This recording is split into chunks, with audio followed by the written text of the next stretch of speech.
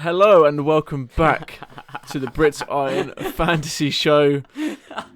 Today is week 2 of fantasy football, and as ever, we're going to be going through the normal format of these episodes. So we'll be running through our sleeper league, looking at our team, perhaps the waiver wire, perhaps some pickups we want to do there. We're also going to set the team for week 2. Then we're going to move on to Matt's quick fire fantasy questions, and then we're going to finish off with another segment of My Guy. And as ever, today I'm joined by Matt and Sam. How are we today? Yeah. Having a good day, mate. Not bad, mate. Very hectic day, very busy day, but I'm glad to be, relaxing, just chatting a bit of fantasy. I'm not even going to think about Adam Gase. Oh, that'll be a nice relief then. I actually just made myself pretty angry. I hate him. We're not started like this. If you haven't seen it, on Thursday it went up, our week 2 preview. It was pretty much just Sam hates Adam Gase for an hour, but it's great. Go give it a listen. How's he still employed? Oh my God. Right, so back to fantasy, I think it, boys. Let's get into the sleeper. Come on. Let's kick off with the sleeper. So week 1 was not too good for us in sleeper, and also for us individually in our own dynasty league as well, all losing matchups. But the sleeper, it's not really what you want to hear, is it? When you're hosting, Nope. We're literally hosting a show about fantasy here. We are giving people our 2 cents on fantasy, and you're starting the episode basically saying we're rubbish at fantasy. Oh, I'm not saying we're rubbish because we were predicted 120 points this week, and we only got 62. We got half of that. We got let down by a high risk, high reward team.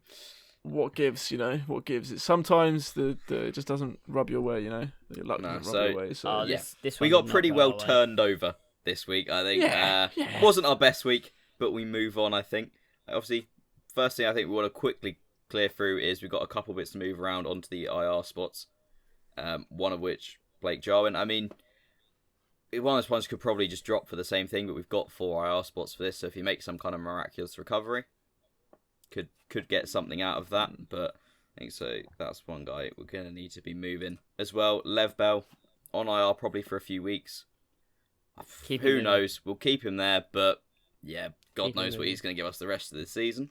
Yeah. So big thing is going to be what have we got on the waiver wire. We're looking at the trending tab and see if there's any names not picked up yet, any guys not on rosters. We've got a few different names here. We've got Benny Snell, Miles Gaskin, Malcolm Brown, very intriguing option. Any guys you're seeing off the bat, any names you're thinking you want to pick up? I like the idea of Malcolm Brown, I must admit. I think he's going to have good value, and I believe in our our internationals personal dynasty league, I actually made a trade offer to try and acquire him this week.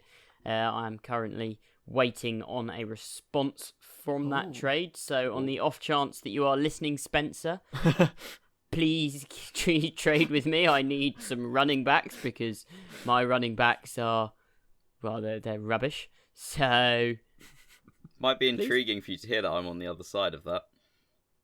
That might be why he hasn't come back to you yet, because I didn't even go for him. He wants someone from me, but right. I think we could say we quite like Malcolm Brown. I think with Lev Bell going down as well, Montgomery didn't offer us a ton. I think that's probably someone that us and most people playing fantasy football are going to be looking to pick up. So we might have to drop maybe a little bit of our fab here. Nothing ridiculous, but maybe a little bit. So is that one we're locking in straight away that we want to go for this week? Yep. I think that's I would be willing to spend some fab on that as well. I'd say up to 20% of our fab budget, because I think for the next first half of the season at least, Malcolm Brown's going to get a lot of work. Yep, 100% agree with that. Back in that as well. So that's one we will lock in. Any other names? We've got a few receivers floating about as well. Got Paris Campbell, Robbie Anderson looked quite potentially good. One name that I really want to bring up is Scotty Miller.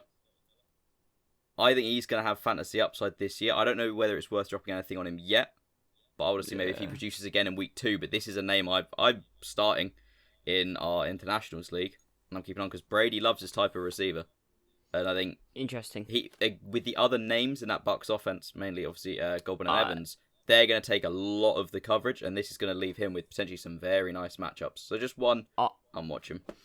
I prefer Paris Campbell out of this scenario purely because we saw this weekend Paris Campbell got a lot of work. It's looking like Paris Campbell might have a real connection with Rivers, and I think there's just less mouths to feed in that Indianapolis Colts offense than there are in the Tampa Bay offense, and Paris Campbell's looking like he's further up the depth chart than Scotty Miller. So, yes, Scotty Miller is playing on a good team and will have those coverages taken up, but I think Paris Campbell could well be the number 2 receiver for Philip Rivers, and he's already shown that he's going to get a lot of work. There's one name at very much a long shot here. Russell Gage for the Atlanta Falcons. I'm just looking at his stats there. He had quite a big week 1 showing, even with Julio and Calvin Ridley both fit. 12 targets, 9 receptions, 114 yards for this wide receiver. I would worry that is a...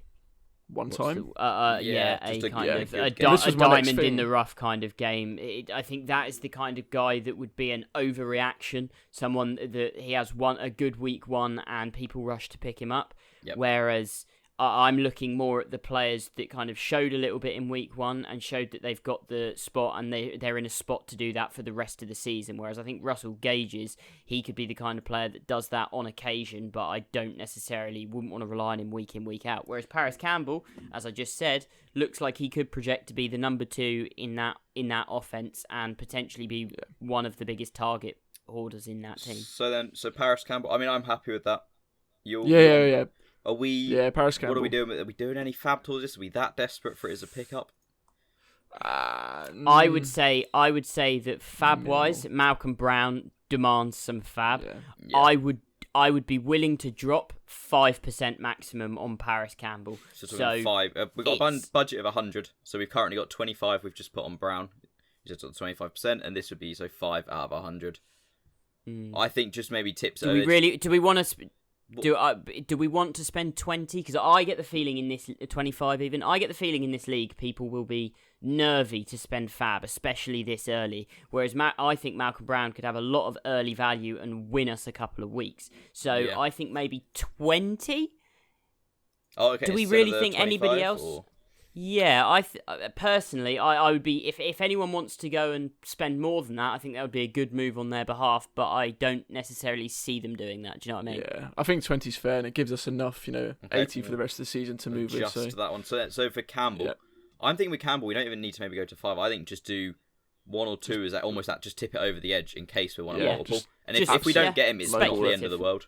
So go with 2 agree. and we're on absolute low ball on that. So that's used our the 2 spots we freed up from moving guys to IR. There's one other move that I want to make personally. I want to run by you guys, and that's Peyton Barber instead of Bryce Love at this point, because Barber was the goal line guy, and I think potentially with the other running back names from week 1, I don't think we'd necessarily need to put fab on this, but just to try and swap 1 for 1. I'd rather have the guy who actually featured than Bryce Love that irrelevant.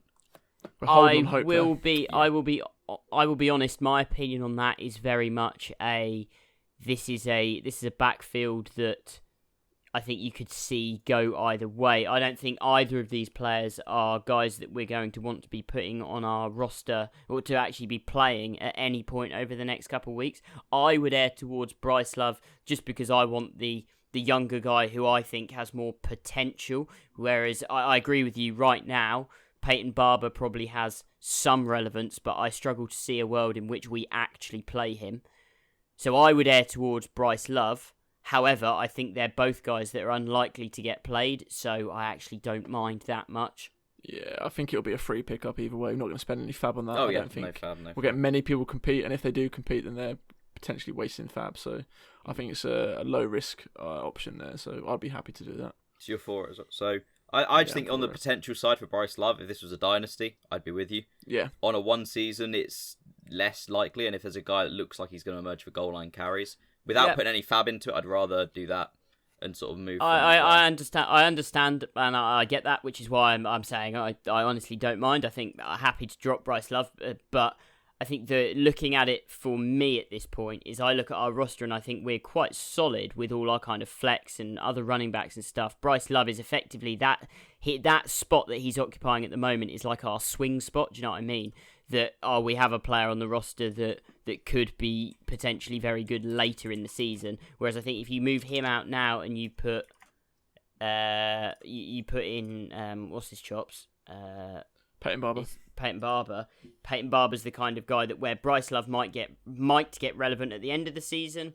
Peyton Barber, I think, will tail off. But Peyton Barber has more value now, so I'm happy to do that. All right. Is there any other names, any other sort of players of interest of any sort for you guys coming off of Not week really, one? James no. Really, Robinson's no, one to monitor. I don't want to do too much to a team too quickly. Do you know what I mean? I think I'm with you on that. One thing I would suggest is where we're sort of looking to pick up Paris Campbell as sort of a filler for where we've got those 2 free spots. I think maybe we should have another couple names behind in case we don't. Let's say someone else puts in a bigger bid, just some no fab options that might fall to us. That we've got no risk in putting a few things in for now. We've got the space on the roster. So I think maybe do that with the receiver. Robbie Anderson jumps off, but he's risky. That Carolina offense has got a lot of options. He had a couple of plays at the weekend, though, that really showed I would be more than happy having Robbie Anderson on our roster. And he's the kind of guy that I'd actually be happy flexing most weeks. Lovely. So, here you can see on screen sort of a summary of what we're looking for on the waiver wire. We've got Malcolm Brown for 20 fab, so 20% of our total fab as our sort of first one. Paris Campbell for just 2, just to maybe edge it if someone else has gone for sort of a bid of 1 or nothing. Followed up Peyton Barber for Bryce Love for no fab, and then Robbie Anderson as our 4th one in case we don't get Paris Campbell for again no fab.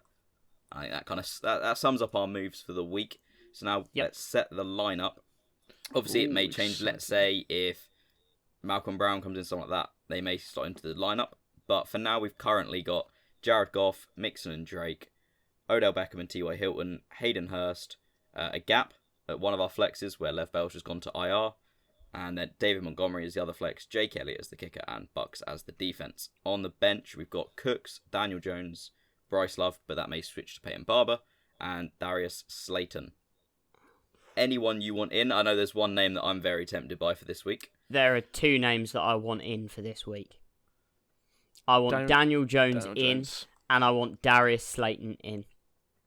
I think I'm on board stacking with it as well. The Chicago Bears defense. The Chicago Bears defense did not fill me with hope in terms of how good they are. I think Daniel Jones has very much got the potential to just have a blow-up week, and if Daniel Jones has a blow-up week, Darius Slayton is also going to have a blow-up week. I just think they're going to go hand in hand. I think this is genuinely, and I know I'm a Giants fan and this could be biased, but I think this could be the kind of the next pairing at quarterback receiver that in a couple years everyone goes, oh wow, they're actually really good together and they score a lot of points.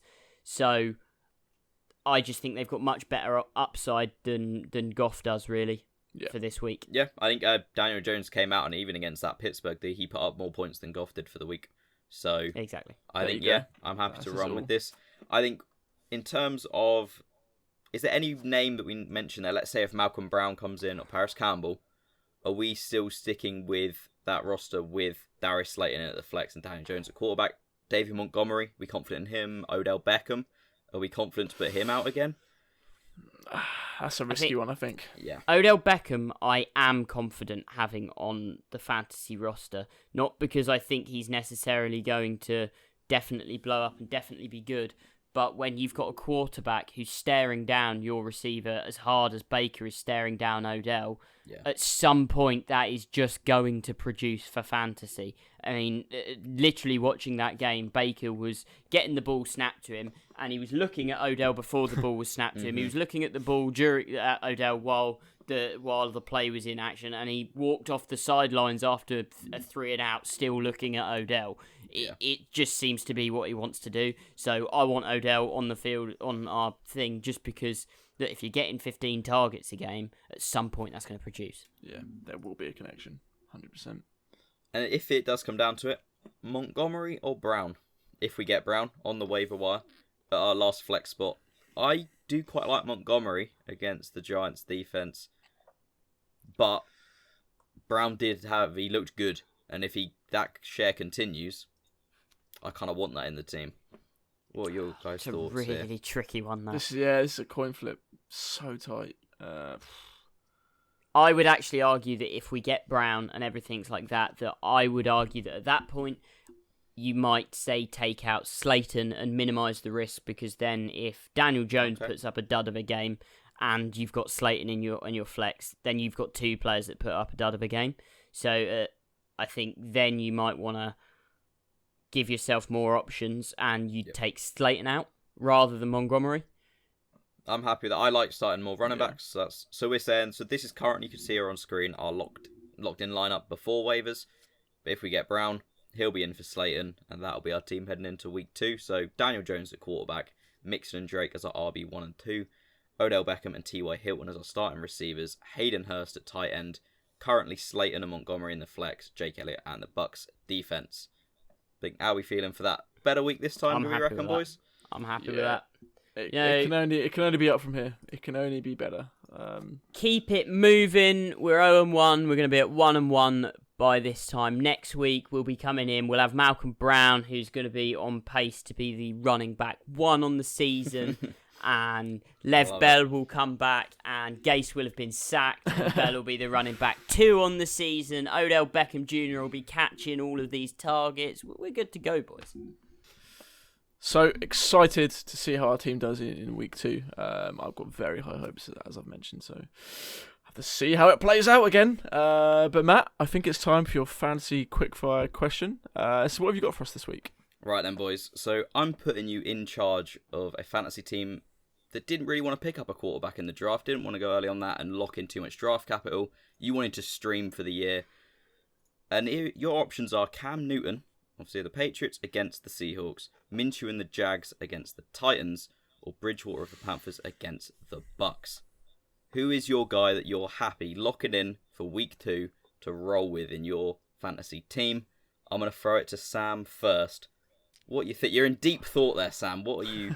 Where's your head out on this one? Wow. So when you initially kind of said Cam Newton, I was like, I'm probably locking up Cam Newton. I really like Cam Newton, and the matchup kind of suits. I think the Seahawks are a very good team, but I don't think they're a very good defense. So, but then I'm thinking, but the Patriots, I can't see Cam necessarily airing the ball out and trying to go deep or do anything like that. They're just going to be efficient. And will he have the rushing numbers that he did last week and the touchdowns? I'm not taking Bridgewater.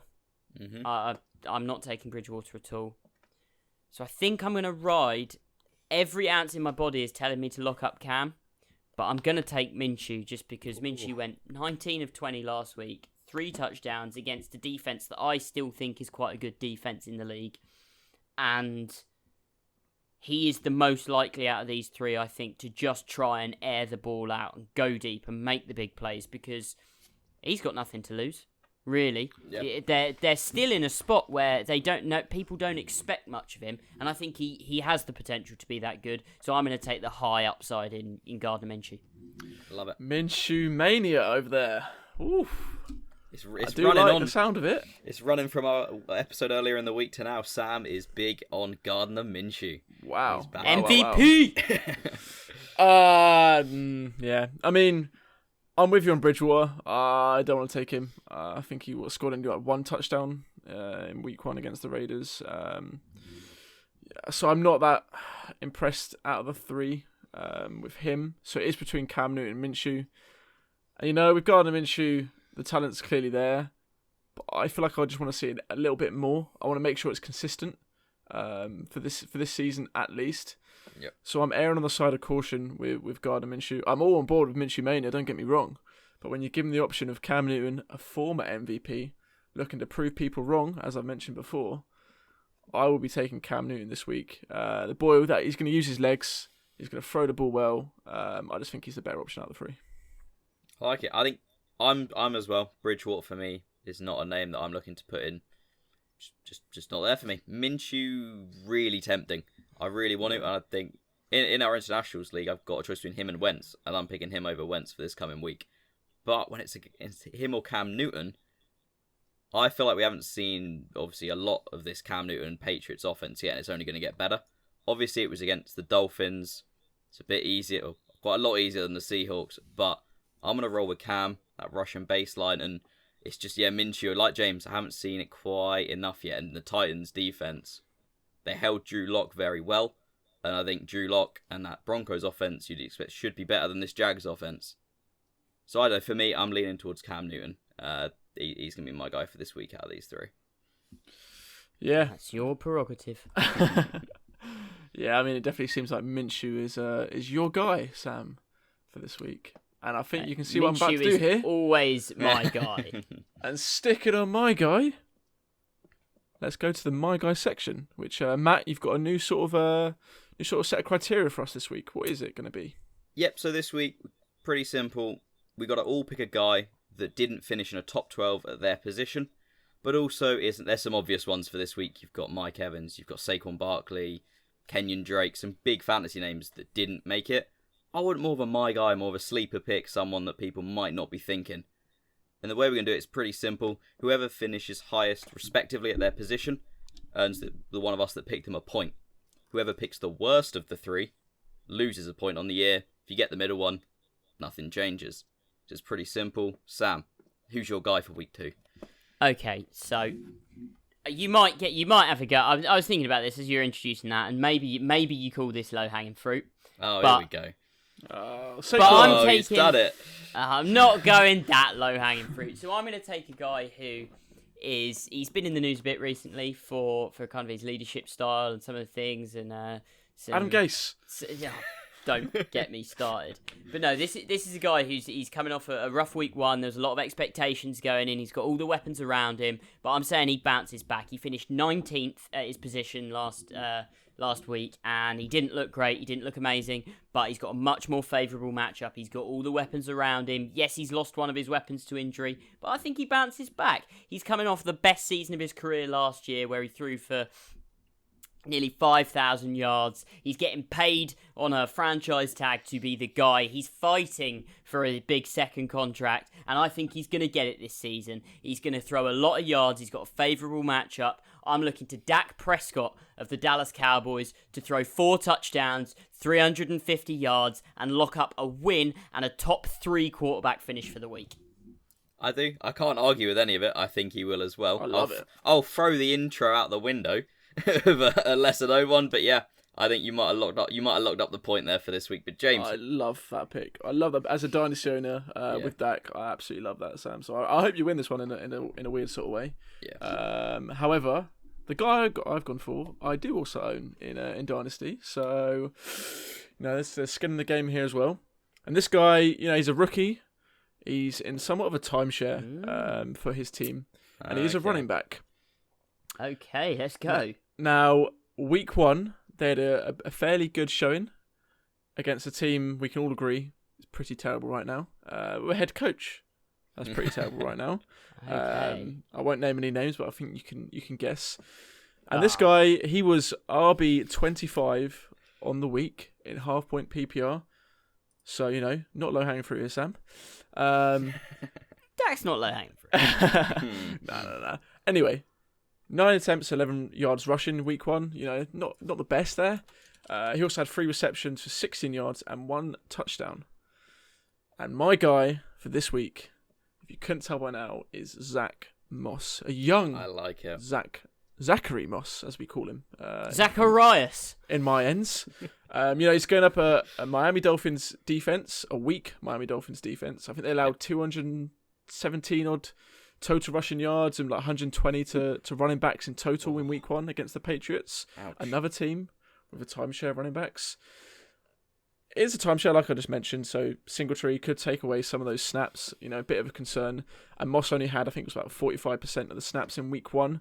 But it's where he's getting them. But he had the most goal line carries out of both of them. So I'm very, very excited for his opportunity this week for the Bills against the Dolphins. And you know what? These teams, they played each other twice last year. And across those 2 games, the running backs had 89 red zone touches. Ooh. If we see a repeat of that, so that, you're talking 45-ish touches a game, there's got to be some production here. Zone? Red zone touches. Is that for against the Dolphins last year? Is that across both teams, though? No, that is Bills running backs at 89. Just red on zone the Bills? Just on the Bills. Monstrous, that. That is an outrageous stat. Jeez. So, That is why What? Zacharias That Moss. can't be real. One might- day they were might averaging include Josh Allen. 45 red zone touches a game. Running backs. Ooh, The stat I saw was okay. running backs. What? So you're locked and loaded on Moss Yeah, for this yeah. week. Oh my! I mean, if those stats are true, God. RB1. That's what I'm saying. But 40. yeah, Wow. Well, I'm rolling with a What? running back as let well. that one marinate. Yeah, we'll leave. To We'll leave, anyone we'll leave at Sam home- to have a breakdown currently. To anyone at home, you can tell that we don't really properly prepare for this because I genuinely didn't know that was coming. No. And whoa, It's got as upside. Whoa. Yeah. Read it and weep. So I've gone running back Whoa. as well. So it's almost a bit of direct competition for me and James here, and I'm sticking close to my heart with this one, and I'm going for Rojo, for Ronald Jones of the Bucks. He was the RB31 on the week against a tough Saints D. So yeah, not his best one, but 17 carries. He was clearly the lead guy in that offense, and he ran hard. And there was a few moments where he, even against that tough front zone, he was breaking through and nearly broke off a through. And against a young defense of the Panthers this week, I'm really liking what I'm seeing. And I'm basing this a little bit off as well. I think we're going to have a fired up Tom Brady. That I think we can have a positive game script this time, as opposed to, obviously, last time it was tough defense, negative game script. You don't normally get a good performance out of your running back fantasy-wise in that situation. So I'm looking for Rojo to really assert himself as the RB1 of the Bucks this week, and let's give me go. a good fantasy week while it happens. Ooh, I like that pickup as well. I think we've all Very done much. pretty nice picks here. It's hard to argue against any of those, but Especially Sam. excited to see. I mean, Well, I didn't think it was low hanging fruit. Like, I can see it. I can see it personally. But yeah, great pickups there, boys. Really like those ones. So we'll see how that plays out. cheers, babes. However, unfortunately, that is all we've got time for in today's episode. So, as ever, be sure to check us out on YouTube. Go like, comment, and subscribe. And also head over to Twitter and Instagram. We're at the Brit Iron on both of those. We've got some great content being uploaded there pretty much daily on Twitter and, weekly on Instagram at the moment. So, go check it out. Go give us a follow. Let us know what you think. Who are your my guys? Go interact. See Who are what's your happening. guys? Exactly. Let us But- know. For now, thanks for watching, and we'll see you next time. See ya.